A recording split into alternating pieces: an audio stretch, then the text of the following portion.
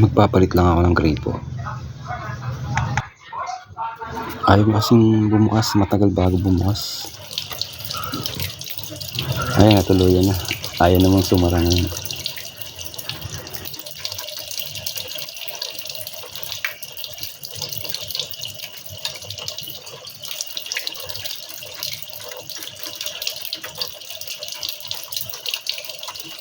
Tanggalin ko muna yung handle, baka busted lang yung handle.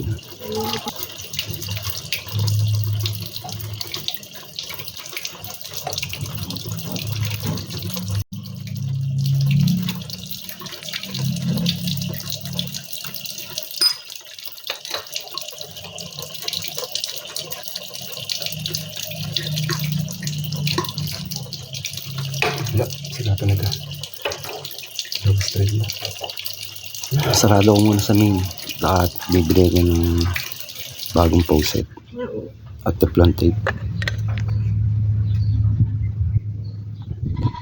A few moments later. Gawa sa PVC na lang binili ko. Mas matibay pa yung ganito.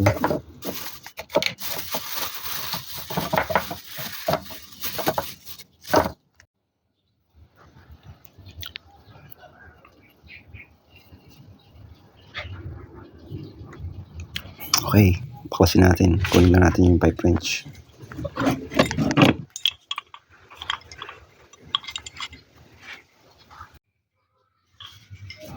Pagbaklas, pakaliwa lang.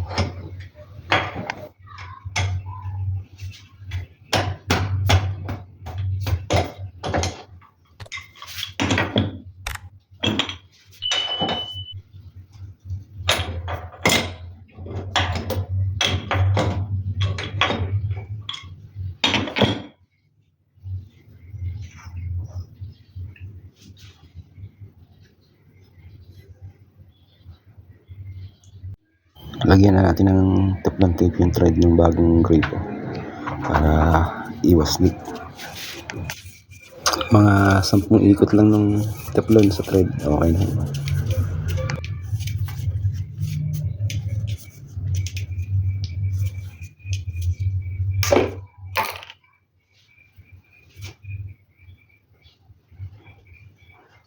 Sa paghihigpit ng gripo, yung tama lang, huwag natin isagad ng gusto, baka kasi maputol.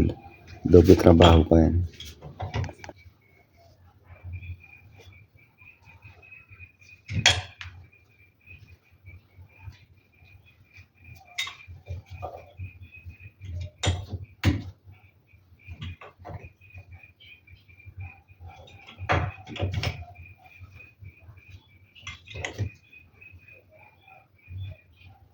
Bubuksan ko na yung main testing.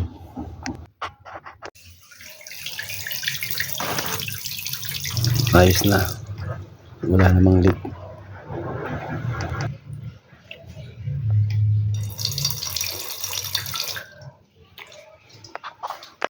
Tignan ko lang yung binaklas kong gripo kung ano ang diferensya niya.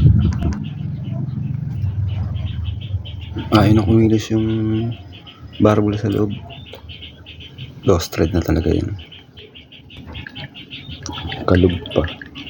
Baka nawala na lang yung gasket niya sa loob. Kaya yun na magsara. Okay na. Tapo na talaga to.